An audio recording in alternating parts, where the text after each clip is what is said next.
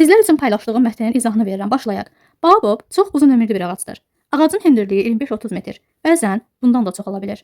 Bu inanılmaz ağac yalnız gecə çiçəklənməyə başlayır. Portağal böyüklüyündə olan meyvəsinin turş lətli hissəsi yerli əhali tərəfindən şəkər tozu əlavə olunub yeyilir. Qabığından və yarpaqlarından qızdırma salan maddə əldə edilir.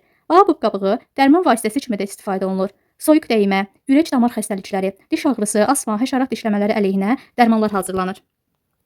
Baobab odunundan kağız emal olunur. Meyvəsinin qabığından sabun və qızartma yağı da hazırlanır. Deməli, mətnimiz informativ mətndir. Bizə baobab ağacının faydaları haqqında məlumat verir. Keçək sualı 1-ə. Mətnə əsasən hansı fikir doğru deyil? Ağacın qabığından dərman vasitəsi kimi istifadə olunur. Baxaq. Bəli, mətndə bizə qeyd edilir ki, qabığından və yarpaqlarından qızdırma salan maddə əldə edilir. Yəni dərman vasitəsi kimi istifadə olunur. Meyvəsi portağal böyüklüyündə olur. Baxaq. Portağal böyüklüyündə olan meyvəsinin turş lətli hissəsi yerli əhali tərəfindən şəkər tozu əlavə olunub yeyilir. Deməli, bu da düzdür. Baobab çox uzun ömürlü bir ağacdır. Bəli, elə ilk giriş hissədə bizə qeyd etmişdir ki, baobab çox uzun ömürlü bir ağacdır. Meyvəsindən qızdırma salan maddə kimi istifadə olunur. Xeyr, bu yanlışdır. Qabığından və yarpaqlarından qızdırma salan maddə kimi istifadə olunur. Meyvəsindən deyil. Ona görə yanlış cavabımız olacaq D variantı. Keçirik sual 2-yə. Mətndə nədən bəhs olunmur? Baobab ağacının hündürlüyündən, bəli, ağacın hündürlüyü 25-30 metr, bəzən bundan da çox ola bilir. Ağacın hündürlüyündən bəhs edilir. Baobab ağacının nə vaxt çiçək açmasından baxırıq. Bu inanılmaz ağac yalnız gecə çiçəklənməyə başlayır. Nə vaxt çiçək açmasından da danışır. Sonra keçirik C-yə. Baobab ağacından nələrin hazırlanmasından baxırıq.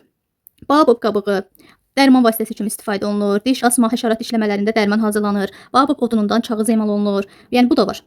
Sonra baobab ağacına necə qulluq edilməsində mətndə danışılmır. Ona görə düzgün cavabımız olacaq D variantı. Bundan bəhs olunmur. Sonra keçirik sual 3-ə. Baobab qabığından bunların hansının əleyhinə dərman hazırlanmır? Həşərat dişləmələri əleyhinə, bəli, burada qeyd edilir ki, həşərat dişləmələri əleyhinə dərman hazırlanır. B variantı diş ağrısı əleyhinə, bəli, diş ağrısı da qeyd edilmişdir. Soyuq dəymə əleyhinə. Baxaq. Deməli, burada qeyd edilmişdir.